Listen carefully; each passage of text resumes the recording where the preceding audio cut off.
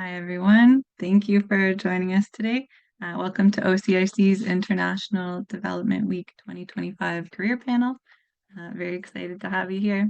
My name is Sarah Judd, and I'm the Communications and Content Specialist at OCIC, which is, yes, Ontario Council for International Cooperation, affectionately OCIC.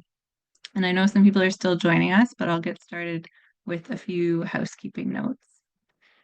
OCIC is committed to creating a safe and inclusive space. We ask that all of you commit to our code of conduct, inspired by those of the Intercouncil Network, the ICN, and Amnesty Canada, which has been shared in the chat by Megan.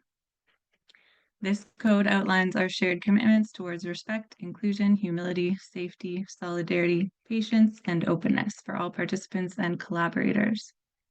Please note that closed captioning is available and can be accessed by clicking on the captions option on Zoom, and you'll be able to move that transcript around your screen as well. And just a note that this event is also being recorded. Toward the end of the panel, there will be time for some questions from the audience, and we also invite you to ask your questions in the chat throughout the event. Please, you can join the conversation as well on social media using the IDW2025 hashtag and tag OCIC on your preferred platform, which are also shared in the chat as well. And before we get started, I'm going to take a moment to read OCIC's land acknowledgement.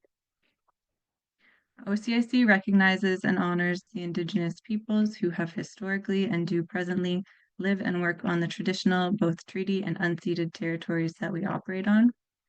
These include the Huron-Wendat and Petun First Nations, the Seneca, the Haudenosaunee, the Anishinaabe, the Mississaugas of the Credit River First Nation, and many others. We acknowledge that our staff, board, volunteers, members, and broader community operate on the treaty and unceded territories of these and numerous other Indigenous peoples and nations. As we reflect on our role within a settler colonial context, we acknowledge the importance of naming the Indigenous peoples and nations on whose lands we live, work, and play, and understand the importance of framing our engagement in the international cooperation sector and beyond through the lens of reconciliation and decolonization. We recognize that we have a responsibility to stand in solidarity with Indigenous peoples who have and continue to fight for social justice on their own lands. Thank you. Okay, now it brings me a lot of very genuine joy to introduce you to our moderator today, Andron McKoy. He's the co-founder of Afrika Outbound. I'm not going to read his bio because he's going to be talking about himself, sharing his career journey in his own words. But I'm going to share one little spoiler because we actually went to school together. We both did our undergrad in international development at Humber College. So I'm so excited to have him joining us today as moderator. So thank you for being here, Andron, and over to you. Thank you, Sarah. Yes, the alumni. Humber, woo! Hi, everybody. My name is Andron McKoy. I am your moderator for today. Man, I'm excited because this panel has an amazing group of people. I'm looking forward to hearing their responses. I don't know about y'all, but this is going to be great. So just to give you a little background about myself, as Sarah was explaining, we both graduated from Humber with our Bachelor's of International Development, and I was excited to dive into the field, but for a lot of you that are in that program or are looking for jobs, you'll learn that it's not as easy as like 1, 2, 3. It's not a straight path always. So my journey into creating a nonprofit started with me not actually working in the field. I actually got a lot of experience doing marketing and logistics work and just building up different skills, which then 7 years later led me to create Afrika Outbound, along with other social impact kind of businesses, like another company called the Birdhouse. So Afrika Outbound is a nonprofit focused on getting youth free travel and learning opportunities. Because at one point I realized that a lot of growth happens when you travel outside of what you're used to. So we try to create those opportunities for these youth so they can travel and learn for free. So that's where that came from. And the Birdhouse is a social impact kind of business working with corporations and wellness spaces to create a community of inclusion and belonging. So we use the circle practice called council to do that. You can find out more. Check out our website. It's pretty amazing. But enough about me. Enough about me. I may be cool, but you guys don't know what you're about to encounter with our amazing panelists. So what we're going to do, I'm going to do a brief introduction into their names, but they're going to do a true introduction to who they are, what they do, and where they work. Okay, so we're going to have Matthew, Madhuri, Christina, Sophia, and yeah, that's them. We're going to have all four of them talk on this panel, and get your notebooks ready. It's going to be great. So first, let's start off with Matthew, because you're the first on my list. So I'm going to start with you, okay? So just give us a brief introduction about yourself, your education, your career, and how your education and experience led to your current role at the organization you work for. Oh, thank you, Andron. Very big question. It's always difficult to talk about our path. I'll take the opportunity to thank Sarah as well and OCIC for this great opportunity. Now let's talk about me. I think I got a very unconventional path. I'm a late bloomer. I think that, well, I don't think, like, I went back to finish my undergrads at 30. I guess after a midlife crisis, something like that. So yeah, and I did my undergrad in political science. I had no real big aspiration other than just get stuff into motion, maybe make a difference. But it was very like obscure. After that, during that time, I finished my undergrad at University of Waseda in Japan, which had a very, very big impact on me. Um, I won't extrapolate on this yet, but still. And finally, I finished my master degree in public and international affairs at the University of Montreal at 35. And I mean, in between, I did pretty much everything. I wrote plays. I did some gold prospecting in northern Quebec. I was a barman for like 15 years. So yes, I was all over the place. So if there's a lesson there, I guess that just be open to every possibilities, and if it's made for you, you will end up working in international assistance. So which is in itself a very pivotal moment during my professional path, because when I was in university, my master, to be more precise, I was more interested by everything related to authoritarianism, failed states, conflict resolution, and I had to do an internship somewhere, and I ended up having an offer to work at the program of Senegal, which I just remember that I haven't said what I'm doing. So I'll do a little parenthesis. So as of now, I'm a foreign service officer working for Global Affairs Canada on the bilateral program of Côte d'Ivoire and the Sahel region. So I'm a project team leader. And a parenthesis. So back to my story. Yes, it was a complete. It was by chance that I ended up doing international assistance, and well, there's not a day which I would like to do something else. there's a lot of effort that I was trying to do to get to other place in like working in diplomacy and everything. But finally, there's like after 16, more than 60 application, 12 interviews, I ended up, like I said before, doing an internship for development program. So it was quite a surprise, and it's been 3 years, still loving it. But that is also representative of the kind of work we do in international cooperation. You have to be versatile, you have to be creative, and how to learn how to take opportunities and just roll with uncertainties. So that is what that was a real important element of putting that into motion. And regarding my years at university, it helped me mostly in developing international intellectual curiosity. Uh, oh, I could speak French too. Oh well, I need to practice my English. So if there's questions in French, I'll gladly respond to them. But thank you for offering.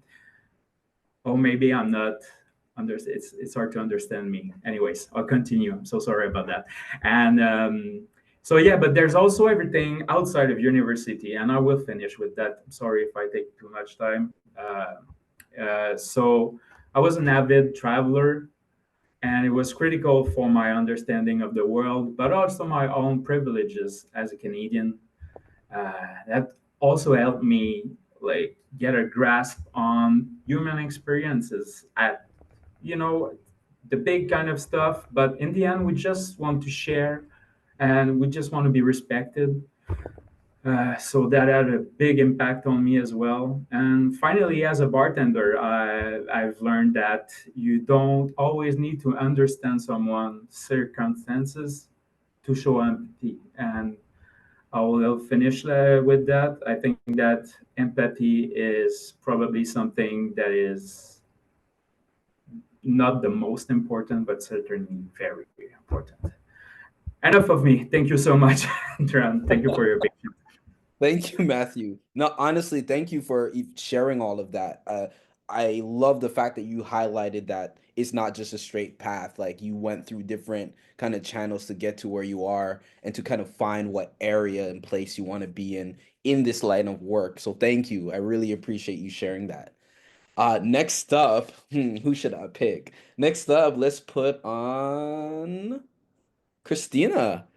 All right, Christina, let's hear what you have. So, Christina, please introduce yourself. Tell us a little bit about the organization you work for, your role, and how your education led or helps with your current position. All right, definitely. Well, hi everyone. My name is Christina Koikaran. I use she, her pronouns. I'm originally from Montreal, Quebec, but I'm currently working in Ottawa as a parliamentary intern. So I guess I can start from the beginning. I have a diplôme d'études collégiales, so a DAC in Law, Society, and Justice, and I recently graduated from McGill University with a Bachelor of Arts in Political Science, Indigenous Studies, and Gender, Sexuality, Feminism, Social Justice. Very long name. But essentially, I'm at the beginning of my career right now. So I guess hopefully that resonates with some of the people that are here today. I've always been very interested in social justice, international affairs, and human rights. So I started off quite young in the nonprofit world. So I was working with an organization called Overture with the Arts, and they essentially are a program based in Montreal that provide arts and education opportunities for underprivileged families in Montreal. And I found that to be really rewarding. The only issue I had is I had a really hard time finding internships and kind of getting my foot through the door. And then I finally got my foot through the door at the bank, which was not the ideal career that I wanted to go into. I wasn't interested in banking, but it was an internship. It got me in the door. And then from there, I was able to get my second internship at the National Research Council of Canada. And luckily, it was in the International Relations Office, which is where I really wanted to be. And that's where I really got my exposure to international development and cooperation. And I did continue my nonprofit work during that time because that was also very fulfilling to me. But I was at the end of my undergraduate degree And like many people who may be finishing their degree, I was very confused on what my next steps were going to be. I wasn't sure if I wanted to go into law school, if I wanted to pursue a master's. And I feel like there's a lot of pressure for students that are graduating from their bachelor's on what the next steps are. And if you aren't sure what you want to do, spending $60,000 on a master's degree that you're not sure about isn't always the smartest financial decision. So my professor actually suggested that I take a year off and I do the parliamentary internship program. I had no idea what it was, and I took a limb and I applied for it. It was the only thing I applied for, which, take my advice, you should apply to other things, because if it didn't work out, I'm not sure what I'd be doing. But luckily I did get into the program and I'm here now. So I guess I could talk a little bit about the program. So in this opportunity, we have 5 months where we get to work with an opposition member of parliament, and we also get to work 5 months with a government member of parliament, which is very interesting because you rarely ever get the chance to cross the party floor. So that's been a very interesting opportunity. And I'm here today because I'm currently working with Heather McPherson from the NDP, and she's the critic of foreign affairs. So she actually introduced me to OCIC. So that's been a very nice connection to make here. And if I had any advice for people that are considering where to start their career, I would definitely say, don't pressure yourself into running into the next educational program. Definitely see the opportunities that are out there so that you can really hone in on your skills and what you like. Because I definitely realized in this role, specifically working with Heather, that my passion for foreign affairs has only grown, and my passion for international cooperation has only grown.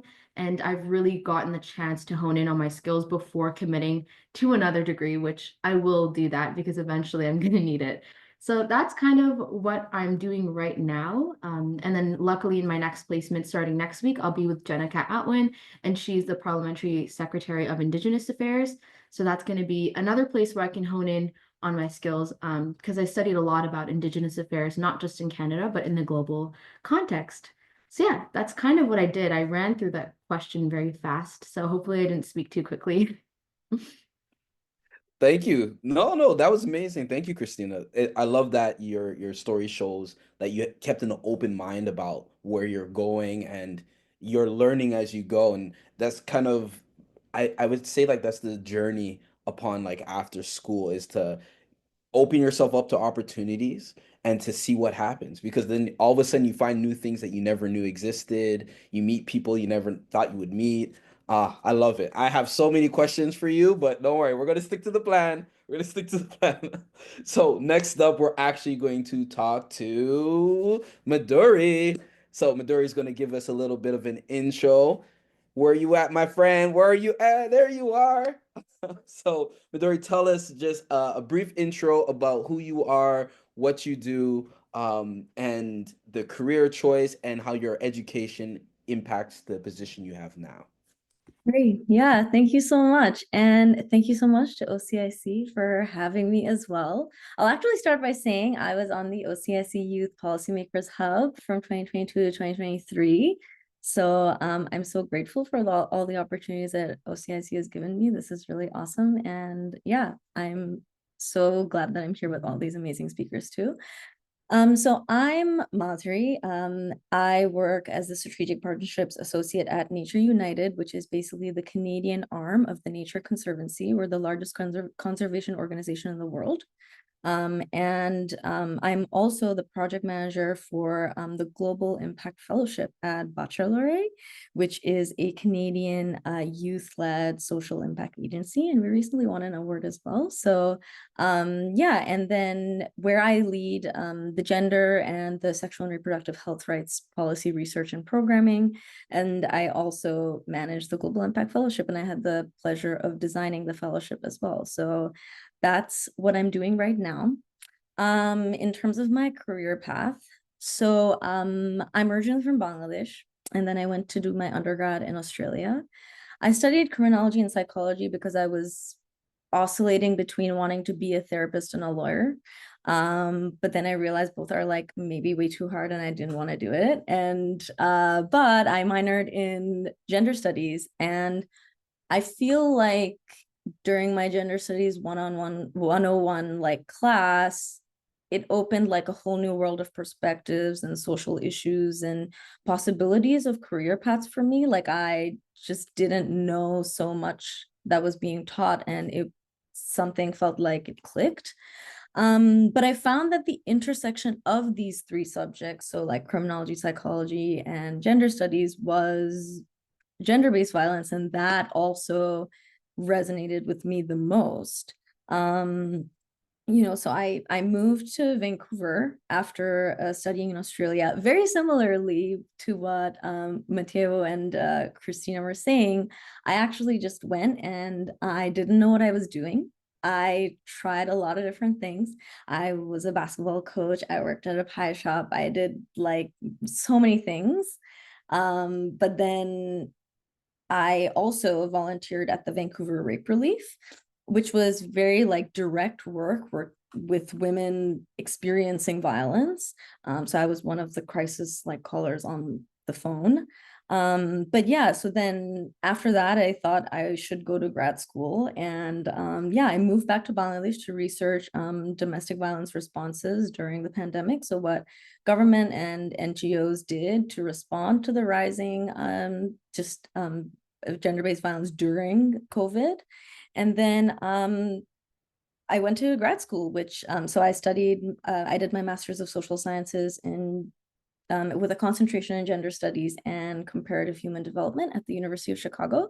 So after school, I did that, and then I started I did an internship at the UN Trust Fund to End Violence Against Women, which is a department under UN Women. And again, I was doing research on prevention strategies, doing some reporting. But once there, I felt like the intersection of gender-based violence with other issues like climate and conflict became more apparent to me. And that led me to thinking more about getting experience in climate. And so that's why I joined Nature United. So yeah, now hopefully just kind of moving towards working at the intersection of human rights and climate and conservation. And alongside this, as I was saying, I've been working with BacharLorai, and I started at BacharLorai by co-authoring a policy brief on menstrual health management, and just some advocacy work on menstrual rights. And now I'm just managing the Global Impact Fellowship. Yeah. That your journey is amazing. I couldn't like draw a map. It would be all over the place. But I love it. I loved how you transitioned and you got into the gender studies, and at that point you're like, let me hone in this area, and it's led you to kind of this path that you're on right now. Your story is phenomenal, and we appreciate all the work that you do. Man, I have so many questions. Don't worry. When we're off this call, I'm gonna send you like a long list of questions. Thank you so much, Madhuri. It was amazing. Next up is our last panelist to speak is Sophia. Woo! Where are you, Sophia? There we go. There we go. So Sophia, just like everyone else, please tell us a quick introduction of who you are, what you do, and how your education and background helped with your current role today. Thank you, Andron. It's so lovely to see so many people online today. Thanks so much for having me. Hi everyone. My name is Sophia Mirzai, and I am the Education and Youth Engagement Officer at the Koikaran Foundation Canada. And I am joining you all today virtually from the unceded, unsurrendered territory of the Algonquin Anishinaabe peoples. In terms of my career journey, I think that the seeds of my career trajectory were basically sowed in my childhood. I had elementary school teachers that made an effort to teach about the global context and to teach about global issues, and to integrate it into our classroom learning, even though it wasn't a part of the mandated provincial curriculum, but they felt that it was imperative to equip us for the future and to help us to consider what our role in the world is and how we can positively contribute to the collective good. So when I was in high school, I was a huge like math nerd. I loved mathematics. I loved chemistry. And in my final year, I was like, oh yeah, I'm gonna go down the STEM path. But I remember when I was applying for university, I started to reflect on my academic journey so far, and it became clear to me upon that reflection that the instances within my schooling experience that stood out most to me, that were the most memorable, that moved me the most, were the instances in which I was learning about the global context and understanding my role in all of it. And so I decided to pivot from a potential career as a mathematician and instead pursued a Bachelor of Arts in Human Rights for 4 years. And as soon as I started the program, I knew that it was the perfect fit for me. I felt like I was at home. I was on the right path. So I did that for 4 years. And then once I finished my bachelor's degree, I started to work in tandem. I had like part-time roles in the ID sector as well as in the youth engagement education sector. And I didn't want to do these things separately anymore. I wanted to sort of explore the nexus between them all, the intersection. And so in order to do that, because the challenge that I ran up against is that there's no program for that. Like there's no program for that. So I ended up enrolling in a master's program in the Faculty of Education. And what I did was I focused my entire master's research on the topic that I was most interested in, and it was global citizenship education. So my research focused on GCE and how NGOs can partner with Canadian schools to deliver effective GCE programming. And so I decided to focus on that because that was my main area of interest. And the more that I spent time researching GCE, the more it became clear that that was the thing that I wanted to dedicate my professional life to. So that became very clear during my master's degree. And once I graduated, like as soon as I finished defending my dissertation, my committee members were like, congratulations, you're now the leading expert in GCE in the Canadian context. Because it's such a like niche area and there's not much literature even now in that field. So yeah, it's very niche. But yeah, and interestingly, the organization I work for now was one of my research participants. So I became very familiar with their education work. So that was really useful in helping me to understand what is this field and who's operating in it and what's being done and where are the gaps and the challenges that I could potentially help fill.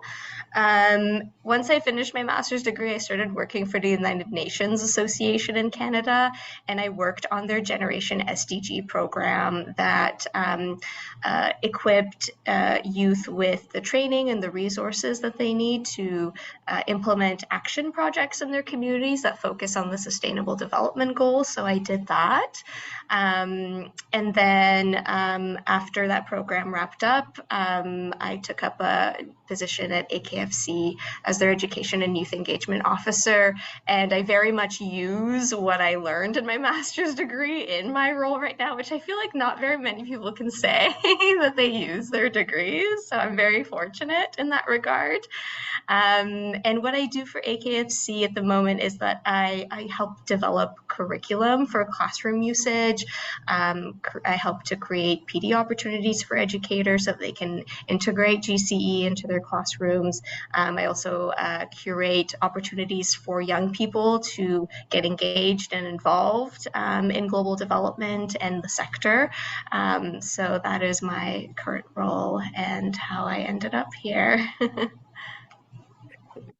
That's amazing. And I'm the fact that you were going the mathematician route and then all of a sudden, whoop, turn gears, let's go to this area. Well, I am glad that you have, because you're doing such amazing work.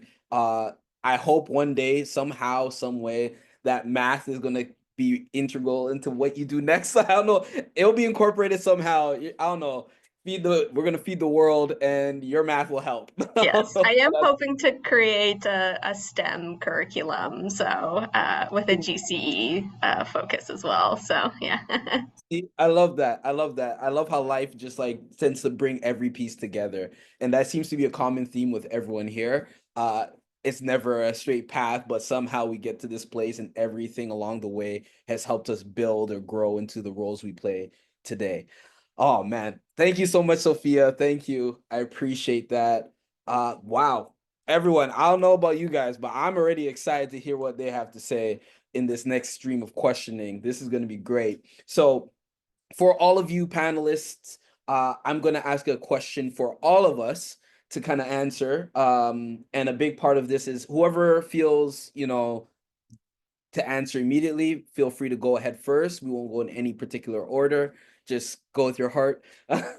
So this next question is one I wish I had answered when I first got started in the field. What is one piece of actionable advice you have for people looking for a career in international development? What do you think students need to know going into this sector? And what piece of advice would you give them?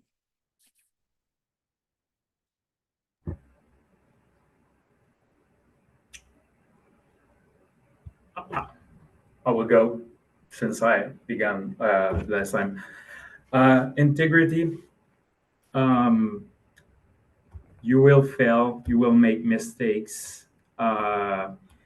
You will make bad decisions, but own them and just take the good advice and learn, and then grow up out of this, because it's one of the best thing about this kind of work is you are an eternal student, and there's so many people you will learn from. Yeah, just integrity and having an open mind. That's what I can share. I guess I can go next.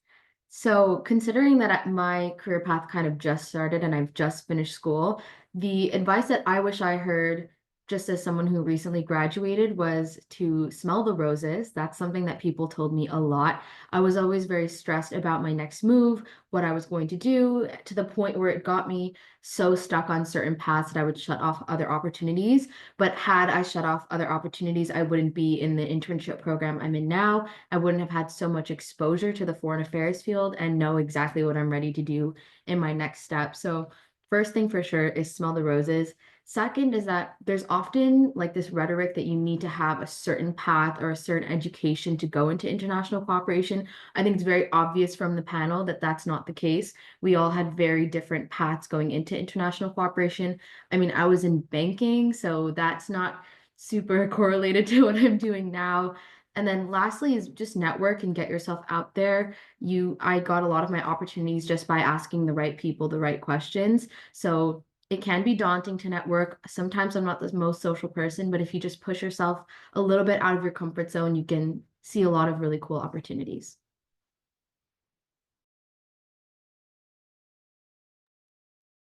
I can go next.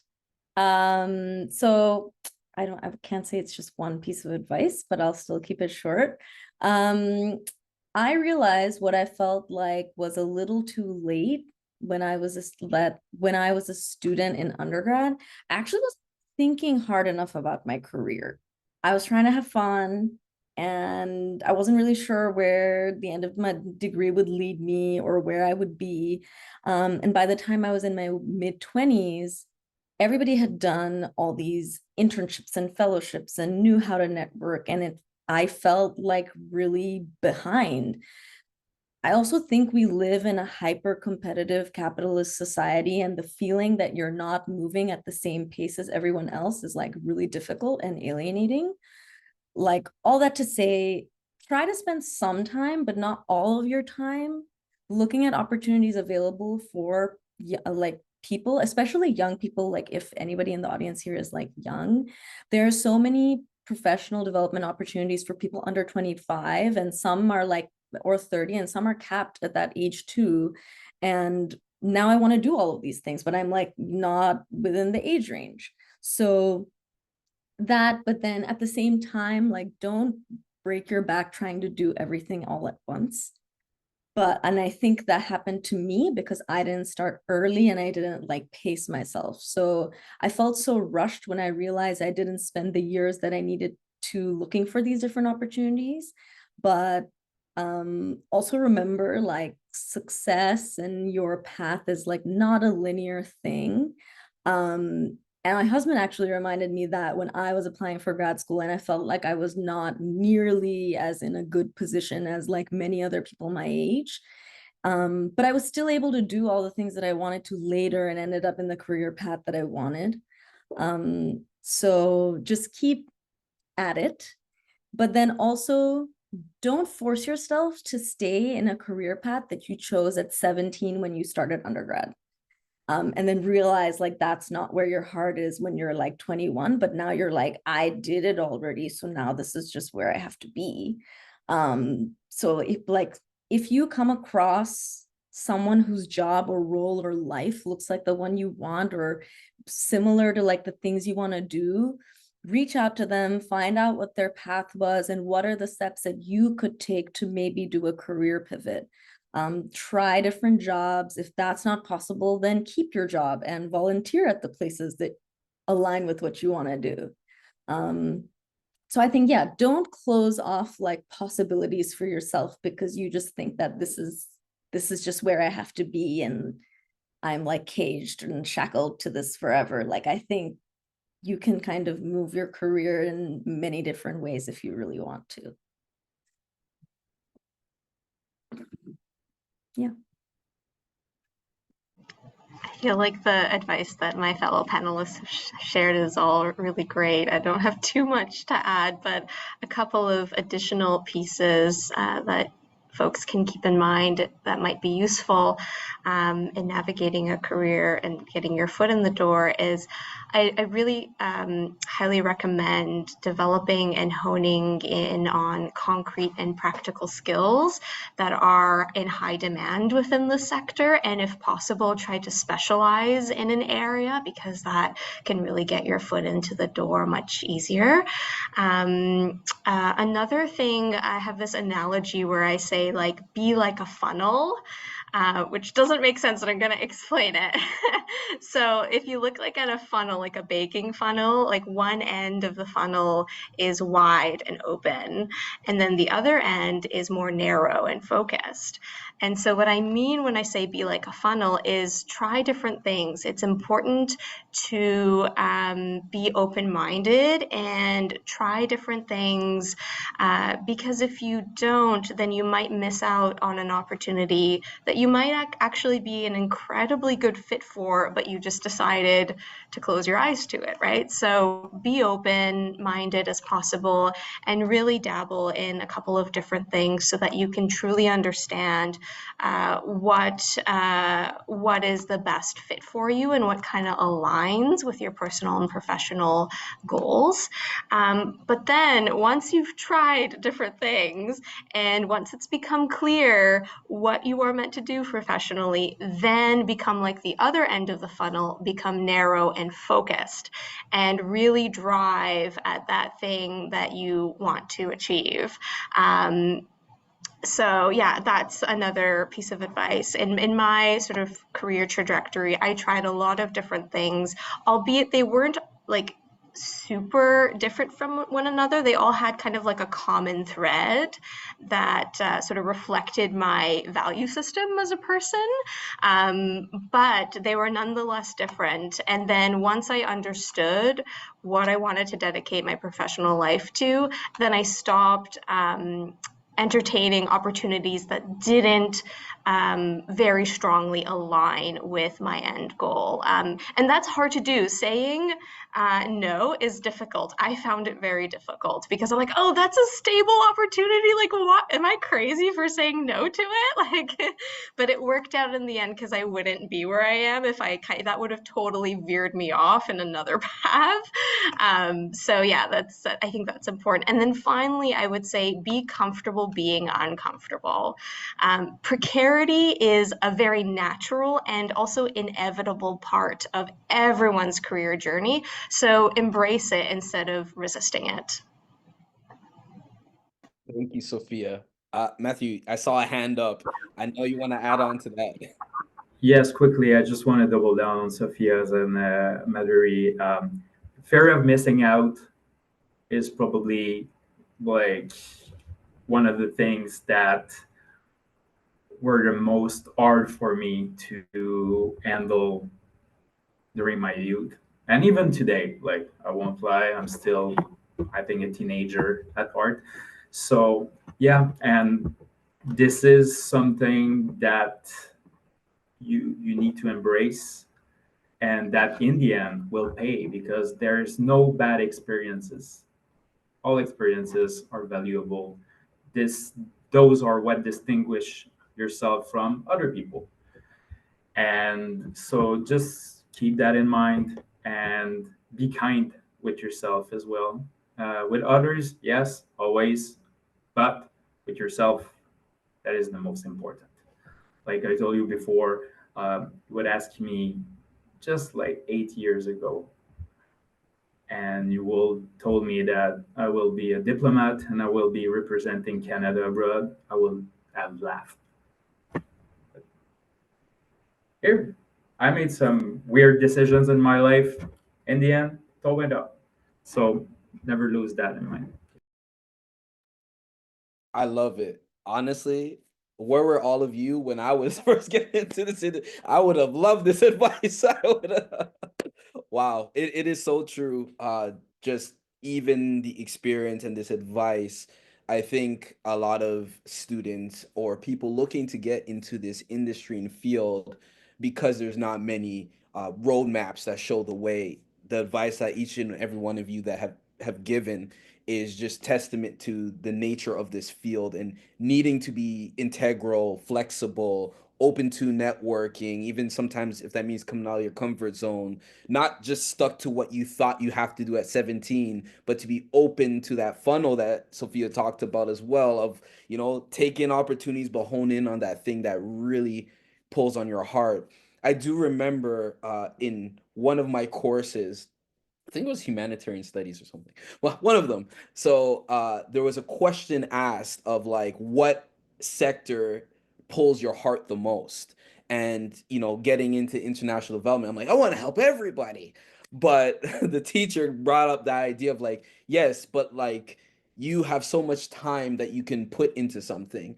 If you can put as much time and energy into the thing that pulls on your heartstrings, then you can see great impact in those areas. And that really stuck with me. And it kind of drew me in the direction that I think a lot of people go to, where it's like, I want to do all these things. I want to get into gender. I want to get into, climate. But somehow we get to this point where we start to really hone in and decide, you know what, this area is where I'm going to focus my time, energy, and attention.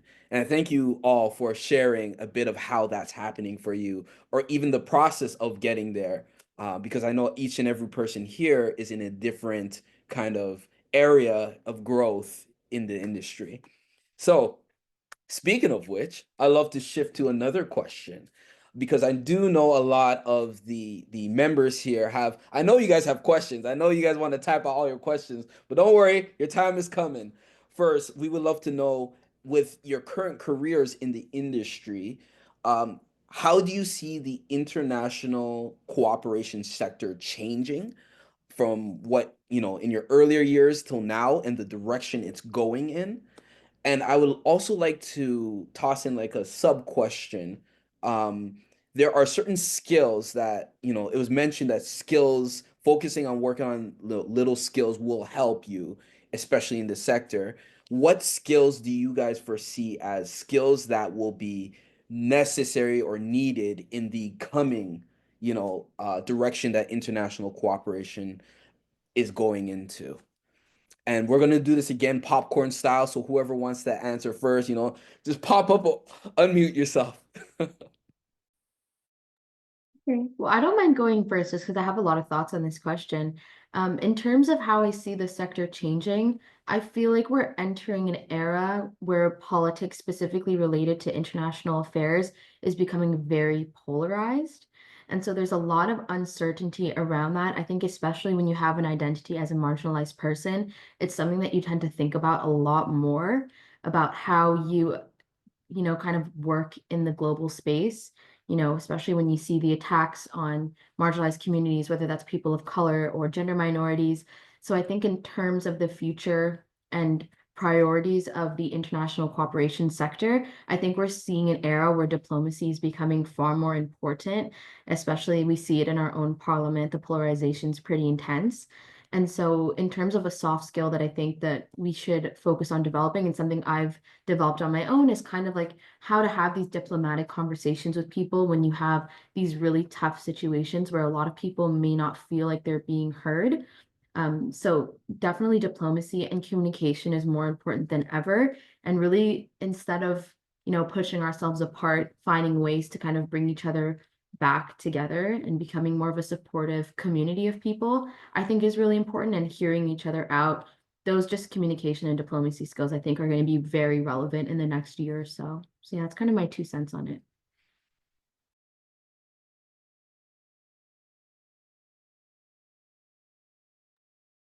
Can go since somebody's thinking. So I actually think this is an incredibly tough question, obviously, given the state of the world, and I think we can all agree. So pardon me if my answers are a little bit cliched. I think the things that we've been harping on about already are going to continue to be the needs. More education and awareness on climate, social, racial, gender inequalities, conflict, and how inextricable it is from colonialism, like the root causes of these issues. We've been talking about it, and I think it's not going to, I don't see a time in the future when we're not going to be talking about it. But it's important not to get distracted by the things that many politicians are always posing as the real issues. I think there needs to be a bit more strategizing around how we talk about the same issues, but framing it in a different way. Can we talk about climate by talking about resilience to communities and protection against disasters? Can we talk about immigration by talking about their contributions to an economy? But, I have to admit, talking about women's rights is actually really hard right now because of this exponentially growing anti-feminist movement. There's a lot of backtracking and rolling things back, but I think young people are more educated about the nuances of various issues around the world. For example, seeing how cobalt mining in Congo is not only connected to imperialism, but big tech.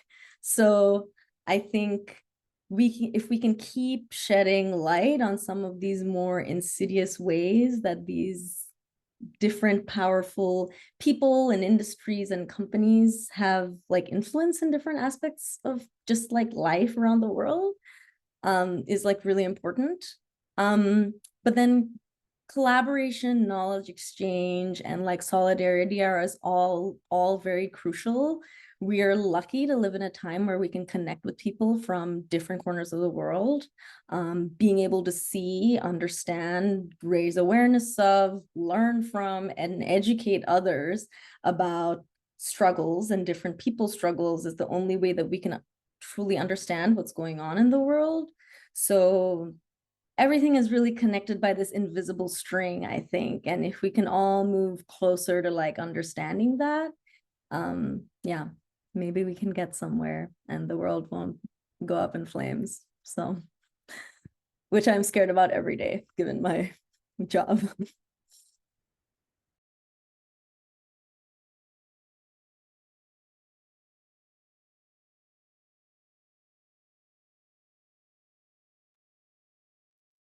I love how, to go up in flames.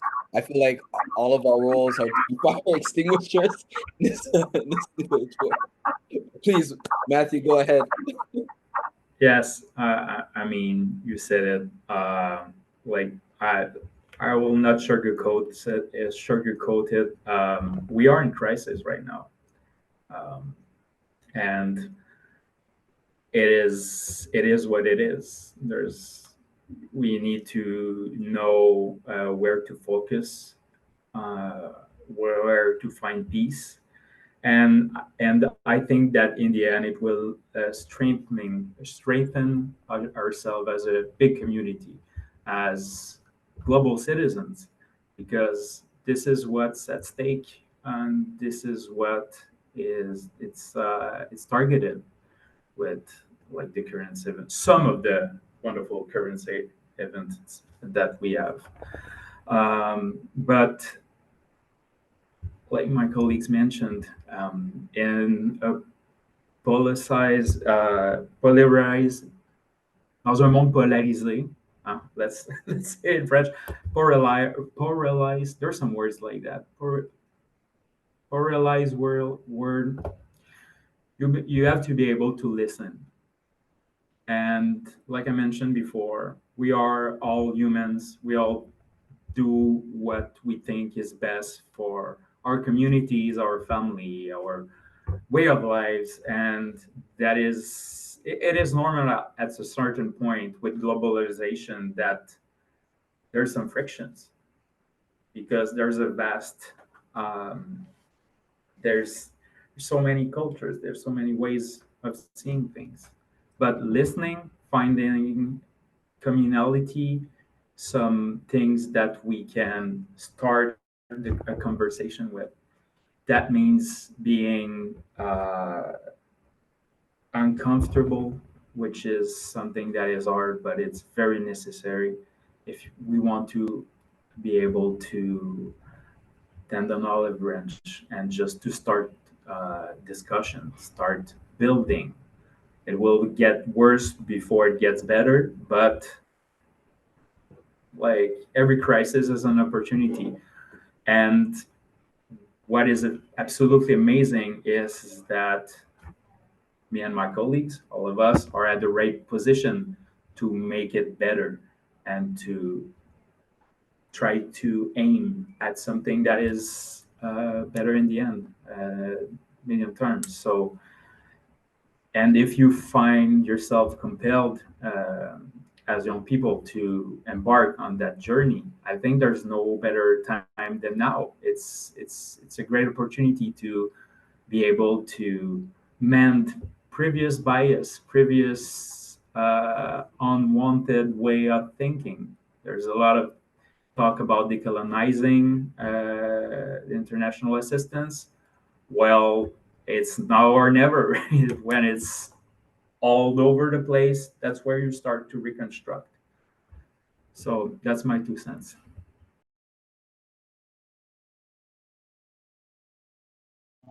It's so hard to follow you all. Like, so, You gotta go first next time. I know. You gotta grab the mic. Yeah, this is such, I echo my colleagues, everything they said, and this is such a challenging question. I don't know. I think we'll see more and more sophisticated tech woven into development work. I think and I hope that youth will be integrated more in development efforts. And I really think it'll be important for us to go beyond the idea of seeing ourselves as separate from others. I think that we need to transcend that hurdle in order to be able to successfully meet the challenges of the future. But today is so different even from 4 months ago. So much has transpired in the global context in just the last few weeks even. So it's really hard to accurately predict and foresee what is to come, even in the short term, let alone, a few years down the line.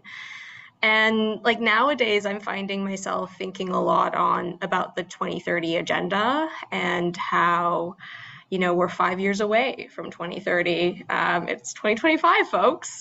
It's not that far away. And my question is, what's next? Maybe there is a plan. I just don't know it. Maybe I'm out of the loop on it, but I wonder what is next. And if anyone remembers like the Millennium Development Goals, the SDGs, when they were established in 2015, they were in part developed to kind of build upon the progress that was made in the MDG era, and also to kind of expand the scope because the MDGs were quite limited in scope. And so I wonder, like, will there be a second iteration of the SDGs post 2030? I don't know. Your guess is as good as mine. But if you think about it, like 2015 was 10 years ago now. We're in 2025 now, so 2015 was 10 years ago. And the economic, social, political, and environmental context was vastly different in 2015 than it is now. So again, it's really quite challenging to be able to accurately predict what comes next. But what I do know for certain is that if there's anything that we've learned from the pandemic, it is that the international development and cooperation sector are capable of adapting quite rapidly and effectively in order to implement long-term development approaches that are in turn able to improve quality of life around the world, irrespective of any flare-ups in the global context, whether they be social or political or environmental. And so I have every bit of confidence in the world that we will be able to meet the future needs of our times appropriately as a sector. Thank you for that. I love how you just like twist that. We are flexible. We will win. I love that. I love that. And thank you all for just even your insights and your answers, because a big part of the journey for a lot of those listening in could be, oh, what area should I focus on? What is the area of the future that will need the most attention, where I can get a job or I can work, or what are skills I need to know so that I can work for this company in the future? And a lot of people do want to be proactive in getting whatever skills necessary to address these issues. So thank you everyone for that. Man, there's so many questions I have, but unfortunately we are on a kind of a time gap right now. So I will toss in a quick question for a quick answer from each of you. With tech, I know you guys were saying like technology has a huge role to play in kind of the incoming international cooperation. Is there a specific, let's say, industry or technology that you think we should pay attention to? And take your time. This is a tough question, but consider the where technology and its role in society is growing. Is there any sort of technology we should be paying attention to as, international cooperation enthusiasts? Is it like we need to figure out ChatGPT a lot better than we do now? Like, what is that thing or that technology that we should pay attention to because we're starting to see it being incorporated in this industry? And answer at your own pace. You may see none. That's okay. You may see some, and that's even better. I guess I can go first. I'm seeing specifically in the foreign affairs sector an increase in use of AI in a lot of different ways. I think the danger with AI is that people don't know how to use it safely and properly. And so that's becoming a real challenge, especially when it comes to the news and a lot of AI generated content. And especially for either young people who are learning how to use the internet or people who are just not as familiar, it's very easy to pick up AI generated news that may not have the proper fact checking and information.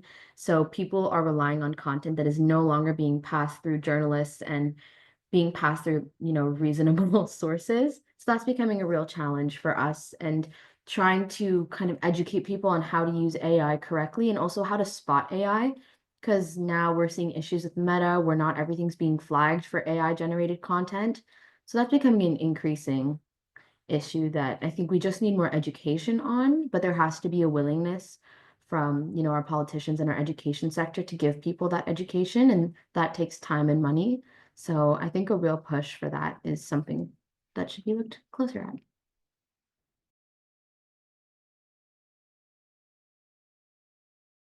Yeah, just to jump off of what Christina said, yeah, I think we'll see a lot of technological innovations, particularly in the healthcare sector and the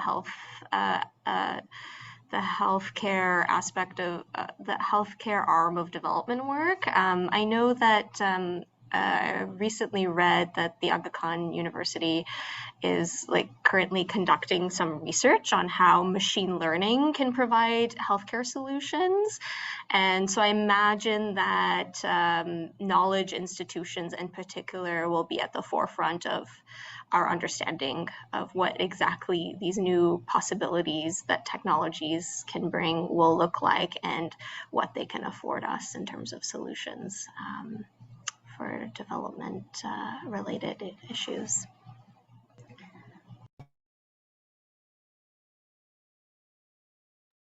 I'll go next. I was actually really hoping that you weren't going to ask this question, because it was the one that I was having the hardest time thinking about.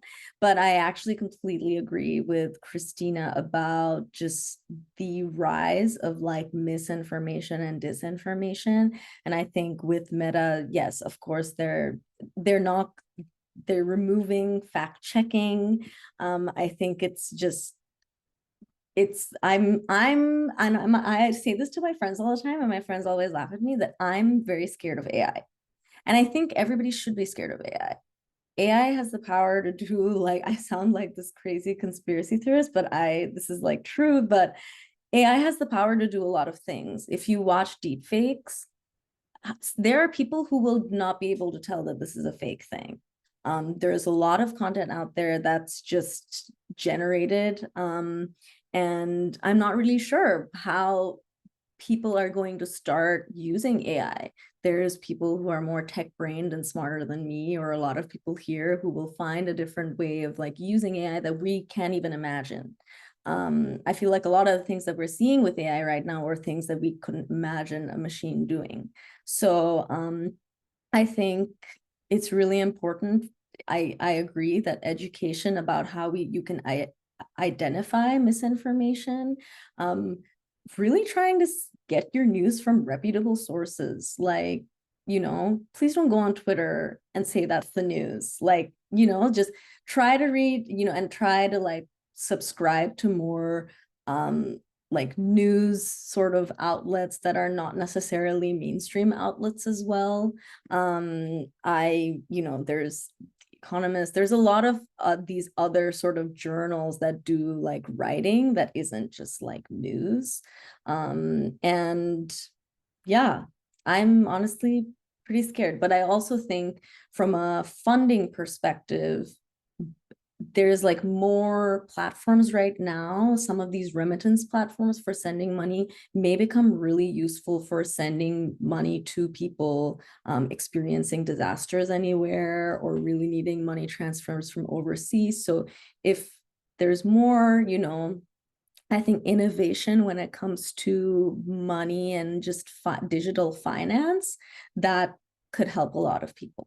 But I'm no techie, so I don't know how that'll happen. So. Same here. The worst question. The brain is an amazing technology. Critical thinking, I think, is something that is hard to develop and to maintain more than ever, I think, with the bombardment of all this information. So, but like regarding to AI, I think that it's something that will continue to develop and that we will have to embrace, whether we want it or not. But it's the way that we want to integrate it into our institutions, but also in our lives. I think it's always a matter of what expertise or what faculty we sacrifice for productivity, because in the end it's why we want to develop AI. That's why we want to integrate it, because we want to be more predictive, we want things to go faster. But that came with a cost, human cost, but also our own mind. So just keep that in mind. And I think as for other kind of beautiful technologies, everything related to you, electricity and water sanitation. I mean, there's also there's a lot of people who don't have access to electricity on a regular basis. We think about going to space, AI, and everything. But in the end, if you want to be an engineer and develop ways to make more cost efficient, more more durable technologies to make electricity, or even for water sanitization, yes, let's go. That's where very practical and pragmatic innovation must be place if we want people to be able to have a basic level of dignity. So, yeah. I actually have something very short to add, just as a follow-up to what Matteo said, because when he's talking about water sanitation, so recently I was speaking to a partner in Bangladesh who through like BacharLorai, who was talking about how we were trying to figure out a project that we could work on, and he was talking about how they've kind of started working with this technology in like these hilly, more remote parts of Bangladesh where there isn't like an easy supply of water. And they basically use solar panels, which basically powers this generator that brings out the water and is able to supply water to these remote communities. And then I was learning yesterday from somebody else at BacharLorai that we're also running this humanitarian aid project in Bangladesh because of the heat waves, there's huge risks with like health issues, dehydration, all of that. And there are these water ATMs, and we basically get these like cards from this organization that has these water ATMs, and we just, supply them to these people, and then they're able to just get water out of these like ATM sort of things. But it's like clean drinking water. So I think, yeah, I just wanted to add a point that I think tech is already being used in a lot of these ways to help these communities, and I hope that that kind of continues expanding. So Thank you for that. Oh man, I love this discussion. I know people dread tech talk mixing with work, but I know, but it is very important that we identify the tools that will shape our world, because to one side, absolutely, to Madhuri's point, it is terrifying. Deep fakes, fake information, the things that can be done with this stuff can be kind of intimidating and scary. But on the other side, it's just like, yeah, but these tools could actually like elevate international cooperation. It can get faster resources to places that need it, can engineer things that can speed up the use of, all of the things that we need, healthcare, getting clean water, all of these resources. So thank you all for highlighting not just the kind of the highlights of the great parts of tech and how it's helping us, but also the parts that we should be worried about and that we do need to look into policy being put around these things so that, these things can't harm us, which is actually going on right now globally. They're actually creating policies for these things. So keep an eye out, people. Keep an eye out for all these things. AI, technology, how things are moving. So that's all the questions for just from me. But now we're going to actually take some questions from our audience. So if you are out in the audience and you do have a question that you would like to toss at our panelists to answer, feel free to put it in the chat, and I'll try my best with my reading skills to read it out for everyone. I'll give it a minute here.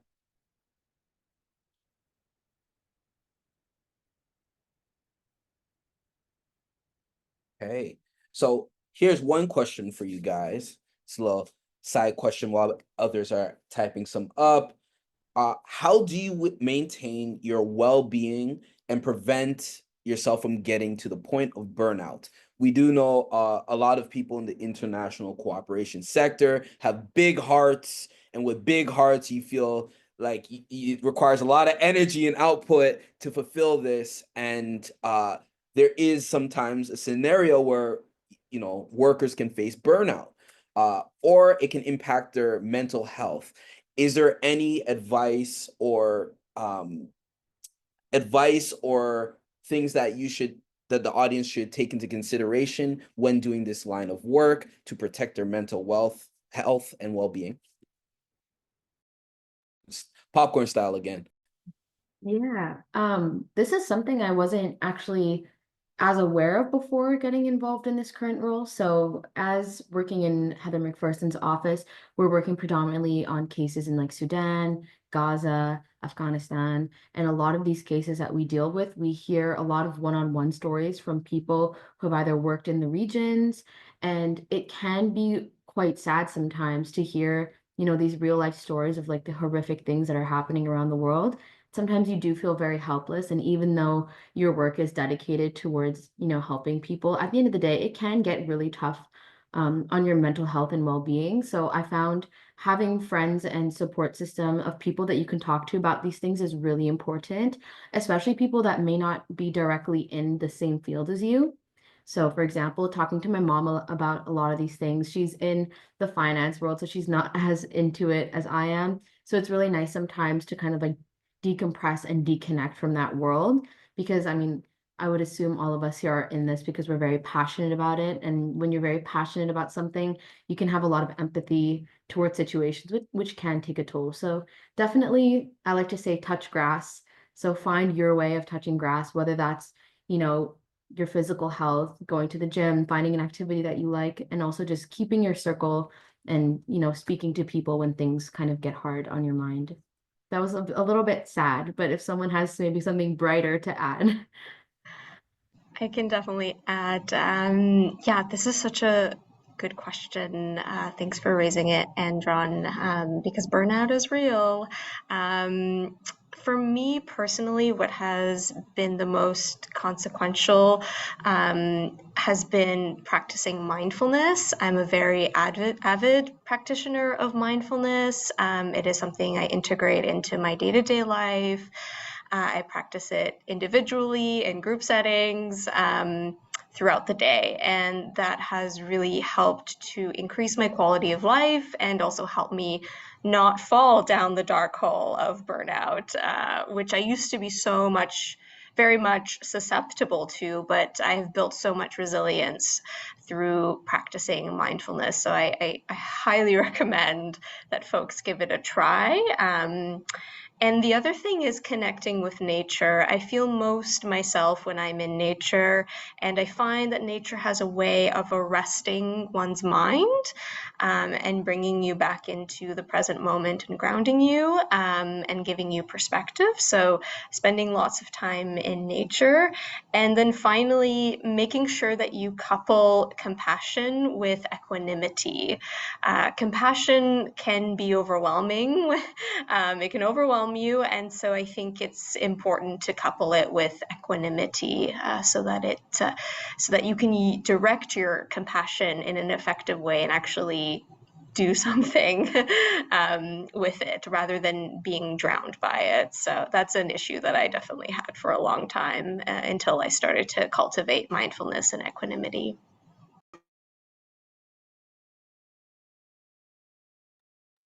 I'll quickly go because I can see there's a lot of questions in the chat as well. So maybe we want to move ahead with that too. But I think this is an excellent question because this has been one of the biggest challenges of my career thus far.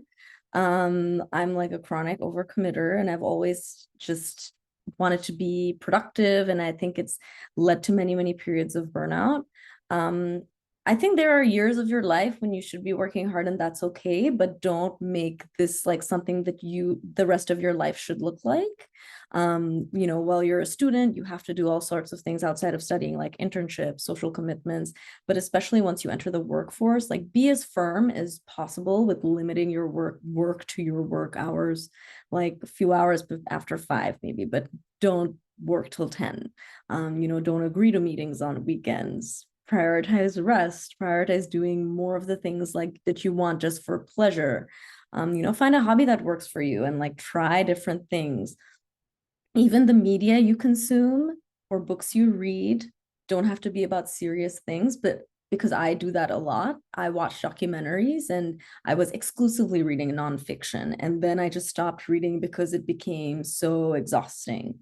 So, you know, dedicate time and also like dedicate time in your week for like movement or even like 15 minutes every day. You know, it's really important to, even in this weather, it's important to go out for a 10-minute walk because like, you know, so I think get out of the house, even if you're in the house, just like move, take care of your health really. I say all these things and I'm bad at all of it, but I'm saying that because I think these are all really important things and I'm trying to be better at it too. Yeah.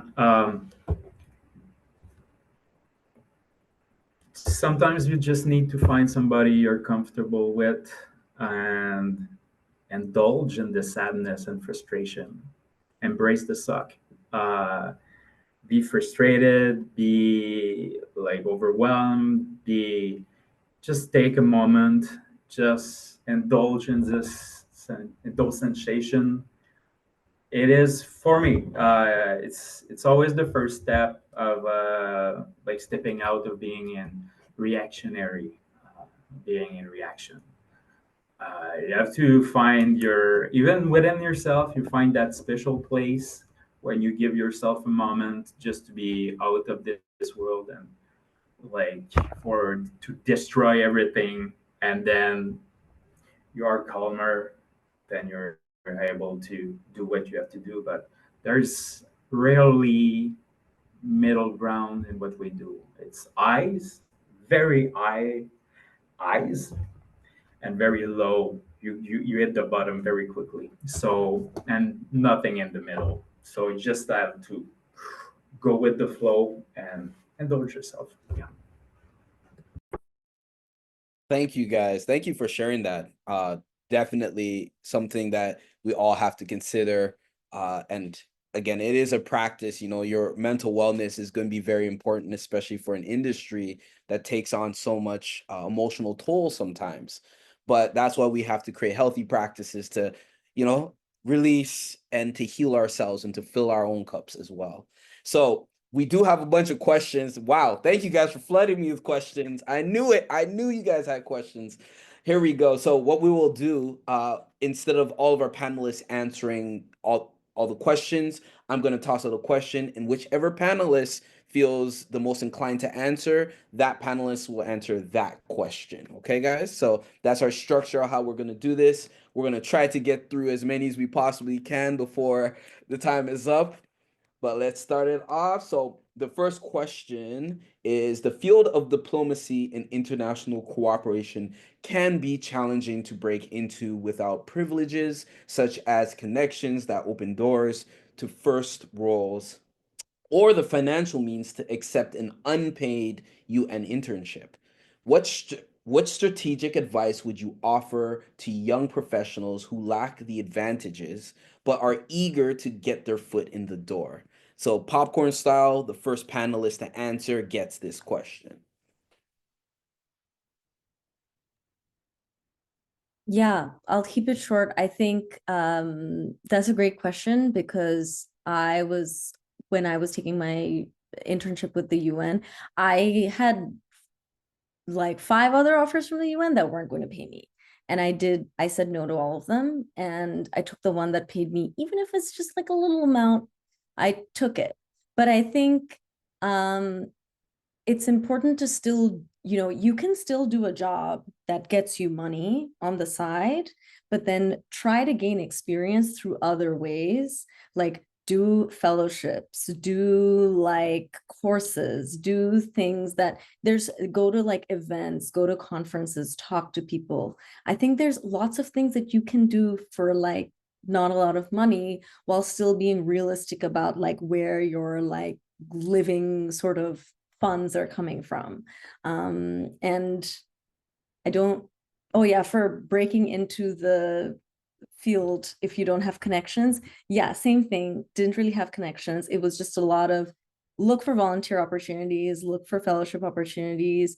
I actually didn't go to some magical platform where I would find all of these things. Like I was very tactical with what I did. I created a list of organizations that I wanted to work for. And then I went and I searched the people who worked at those organizations. I went and did lots of searching about who's writing about the things that I wanted to learn about on LinkedIn, adding those people, following those people, and seeing what they post. There's lots of other job boards too. There's lots of magazines and like just kind of community organized things that are, there's like this, it's called The Bloom. If you just look that up, like that's a good example of like just a collective where they send out a newsletter and it has lots of job opportunities, has professional development opportunities. So there's lots of these little things around, but yeah, make a list of the places you want to work, make a list of the people that you want to talk to.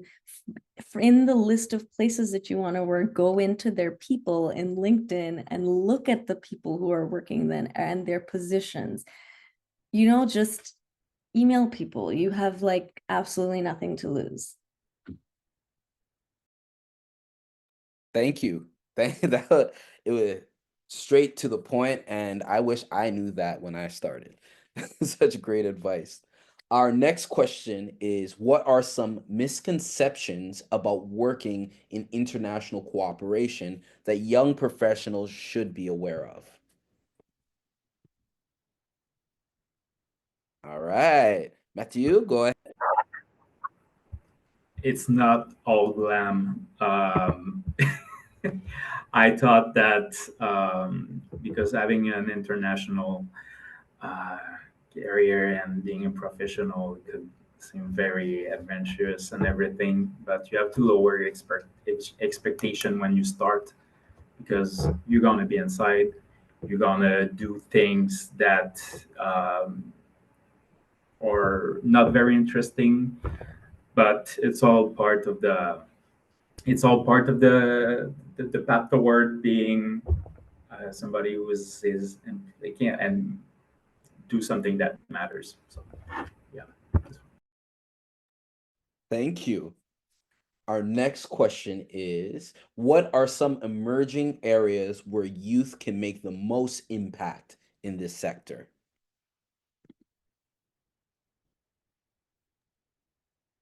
I guess I could go ahead and take this question. I think in terms of emerging areas, AI is definitely something that's emerging.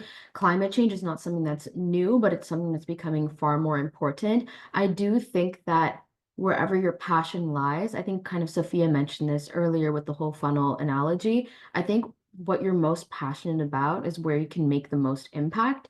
Because if you're not so passionate about climate, let's say, even though it's super important, you may not be as beneficial there. But if you're really passionate about gender equality and things like that, you're better, in my opinion, set to focus in and funnel in on things that you're more passionate about. But emerging areas are definitely AI, in my opinion, and climate change becoming more relevant. Thank you. Appreciate that. Okay.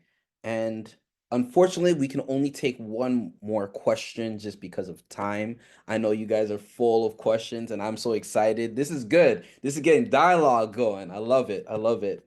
So for this question, as an individual who wants to work in the peace and conflict field and open to other fields in the international development overall, do you have any advice for where to find such roles, internships, or fellowships? Sometimes it seems like being in our field is such a niche area that it is hard to connect with others and organizations, many who do not have an online presence.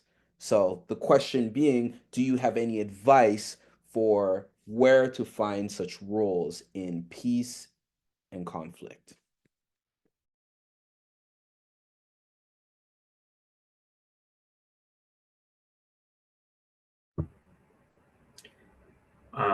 I don't want to step if any of the colleagues has an opinion on this, but if not, I can, as somebody who was heading toward that career path.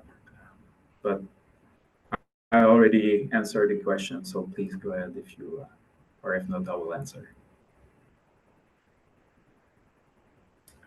Okay, so yes, it is hard.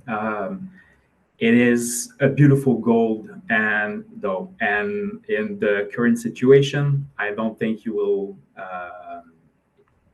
at short term and medium term, once you have some experience, you're gonna have like difficulties to find jobs.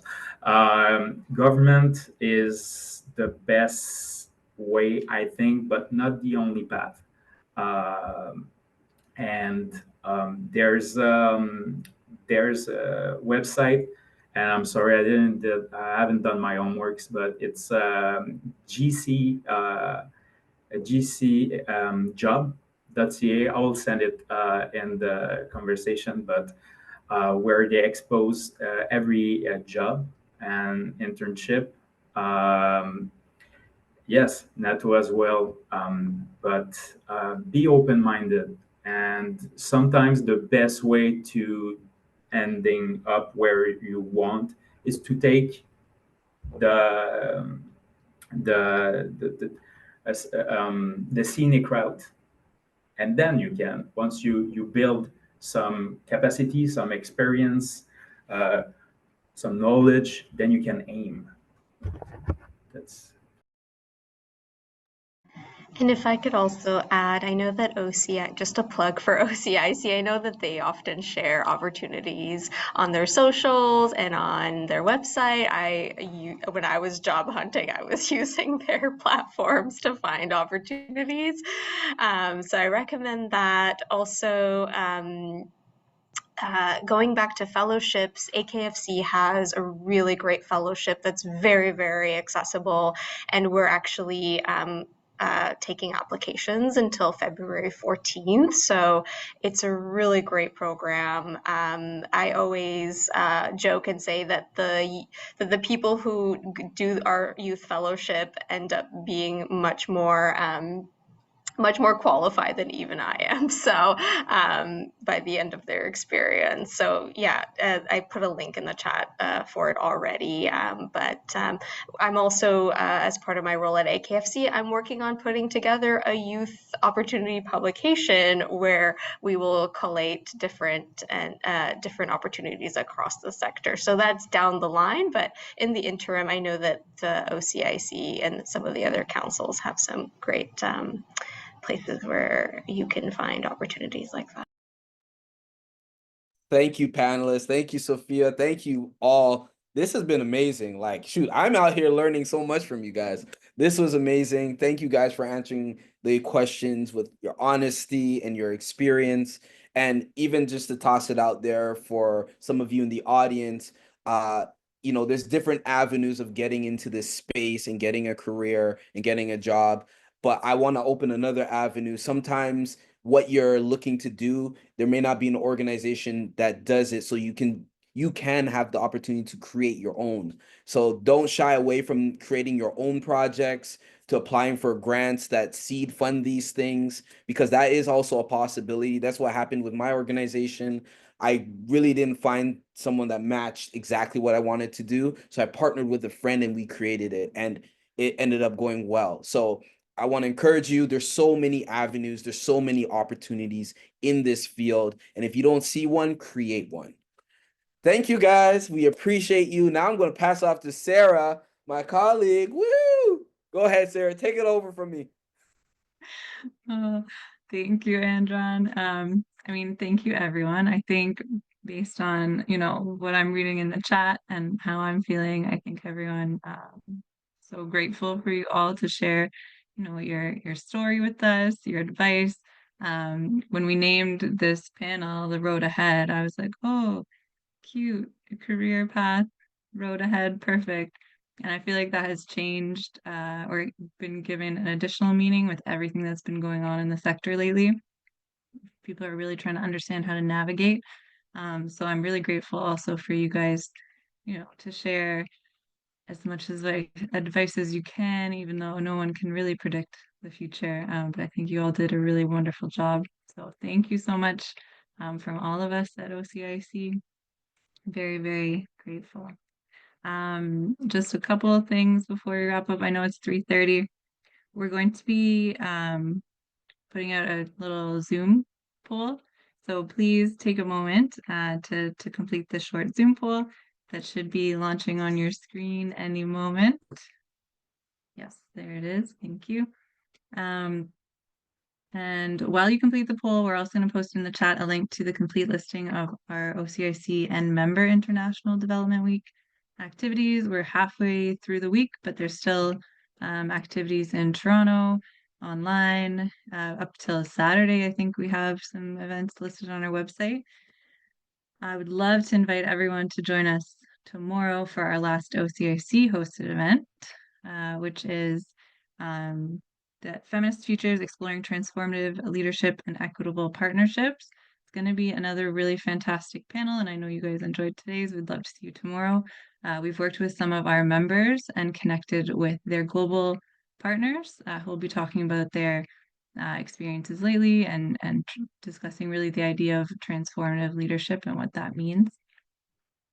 So a sincere thanks once again to all of our contributors and everyone behind the scenes, my wonderful colleagues, Pragya, Mishka, Shahara, Negan, Kay, Kim, and Lisa for all their efforts in making this happen and everything IDW happen. And a warm thanks as well to Global Affairs Canada and our colleagues in the Engaging Canadians branch for their financial and logistical support for this and all of OCIC's International Development Week 2025 initiatives. And that's it. Thank you for joining us, and I hope everyone has a great day ahead.